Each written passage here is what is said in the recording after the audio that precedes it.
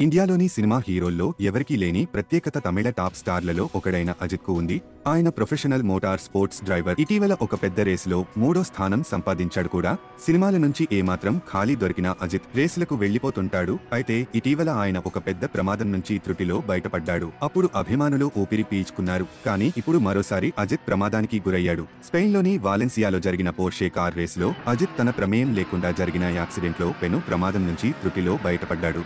అజిత్ కారులోని కెమెరాలో రికార్డ్ అయిన ఈ యాక్సిడెంట్ అభిమానులను చాలా టెన్షన్ పడేలా చేస్తోంది. అజిత్ రేసులో దూసుకెళ్లే ప్రయత్నం చేస్తుండగా ముందున్న కారు ఒక చోట అదుపు తప్పి తన కారుకు అడ్డంగా రావడం, దాన్ని ఎడ్జ్లో ఢీకొట్టిన అజిత్ కారు 2 సార్లు పల్టీ కొట్టడం, ఇదంతా కెమెరాలో రికార్డ్ అయింది. కారు స్పీడు, ఆ ప్రమాదం జరిగిన తీరు చూసి అజిత్ అభిమానులు చాలా కంగారు పడిపోతున్నారు. తమ హీరో చేస్తున్నది మామూలు సాహసం కాదని వాళ్లకు అర్థమవుతోంది. అదృష్టవశాత్తు కారులో ఉన్న సేఫ్టీ ఫీచర్స్ వల్ల అజిత్ గాయపడకుండా బయటికి వచ్చాడు.